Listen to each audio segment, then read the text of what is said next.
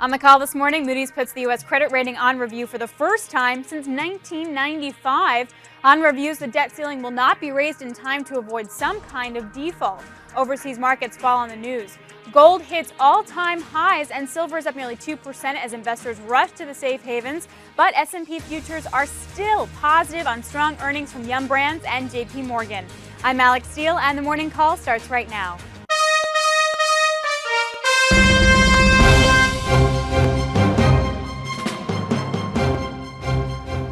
Good morning. I'm Scott Redler, Chief Strategic Officer with T3Live.com. And I'm Alex Steele with The Street, and together we bring you the morning call. Scott, I have to say it was really nice to see everyone yesterday at the book party. Thank you all for coming, those of you who were able to join us. Did you have a good time? I had a great time, so if I'm a little sluggish today, bear with it. We're here. I'll pick up that slack. 8 o'clock bedtime. All right, let's get to these markets here, Scott. We have a lot of negatives. We have Moody's kind of attacking the U.S. credit rating. We have the S&P saying that perhaps even if the U.S. stopped paying Social Security checks but paid the interest payments to foreign holders, it would still be considered a default. Obama, walking out of debt talks. Why aren't the markets down? We're still opening up. Do we need to be cautious?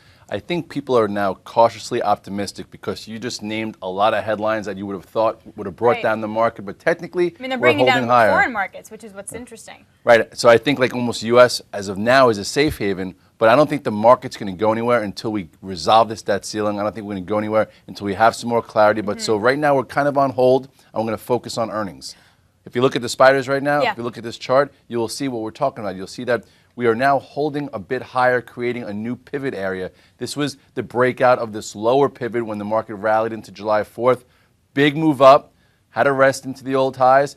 Pulling right now that people are trying to buy. We're trying to hold the 50-day moving average. People are trying to nibble here, but no one's going full force until we get some resolution to all of those problems and all those, just everything that's going on out there. So cautiously optimistic, if we look at the action that happened yesterday, we were up triple digits in the Dow, and then we closed up only 44 points for seemingly no reason. I mean, nothing actually spurred that sell-off, really. So do you want to be long at all at these levels? Do you want to short, or do you need to just be on the sidelines and pick certain stocks? I think traders need the right entry. Investors need the right entry. You don't chase anything in this market right now. When the Dow is up 140 points, if you bought there and you tried to buy a dip all day, you were in trouble. So at this particular point, you really need to know the stock you're getting involved in, know the levels, have the levels written down, and don't think you're missing anything because right now we're in the standstill, but leading stocks are acting better. You have breakouts in the metals, which we're going to get to, and there's definitely action, and there are trades where you can make money if you're in the right spot, but you just can't overcommit. But real quick, in general, you're not going to be shorting, though.